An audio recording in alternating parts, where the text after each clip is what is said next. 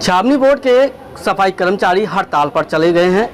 छावनी क्षेत्र इस समय गंदगी के अंबार से जूझ रहा है। आखिरकार ऐसे क्या कारण हुए कि सफाई कर्मियों को हड़ताल पर जाना पड़ा?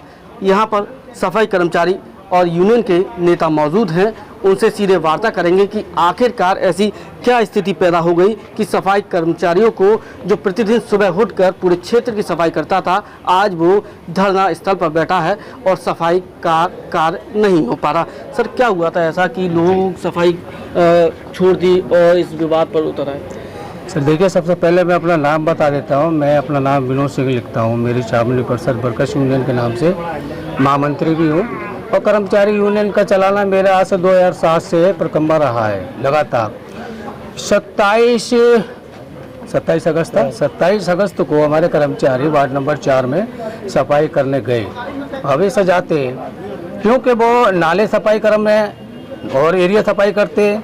सुनाई में मेरे ये आया है, कर्मचारियों ने मुझे बताया कि बोला कि इन्होंने कहा कि मेरे घर आंगन की सफाई करो। पहले सफाई करने से मना नहीं करता कर्मचारी, सफाई तो होगी। उन्होंने बोला कर्मचारियों ने कि बेला नाले की सफाई पहले हो जाने दो, जल भराव की स्थिति कायम रखी हुई है, इसलिए हम पहले ये काम करते हैं। इतनी बात सुन के नहीं, उसने लाल तीता हुआ और गाली गलौज पे आमादा हुआ। कर्मचारी इस चीज़ में बर्दाश्त नहीं करता कोई भी। कौन था? अधिकारी था, आम नागरिक, कौन था जिसने? ये वार्ड नंबर 4 का विनोद बघेल नामित है कोई, जो मीडिया वो लगाता है। क्या नाम है तुम्हारा? समाज सेवी लगाता है, लेकिन वो यूट्यूबर है। कई बार हमारे कार्यालय में भी आकर नहीं उन्होंने जैसी हरकत करी है, जैसे कि शिकायत पत्र करी है हमारे बाबू की, क्लर्कों की। उसको वार्न भी किया हुआ है इस चीज़ के अंदर कि भाई तो ऐसी हरकतबाजी क्यों करते हो, लेकिन वो नहीं माना।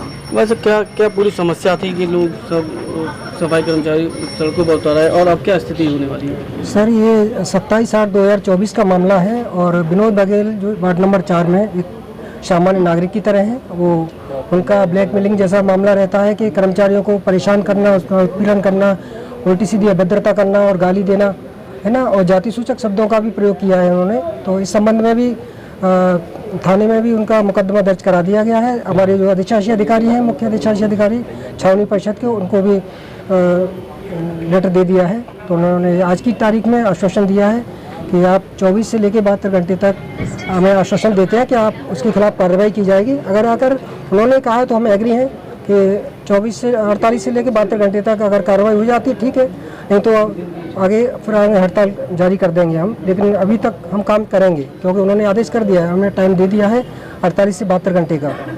उसके बाद अगर कार्रवाई नहीं होती है तो हम दोबारा से हड़ताल के लिए बाध्य होना पड़ेगा।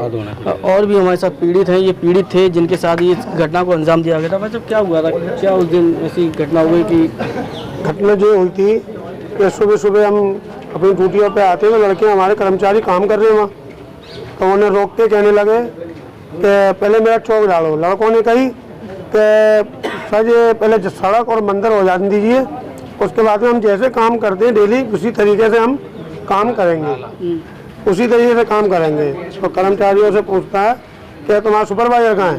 इसके पल्ली तरफ नाला निकलवा रहे हैं।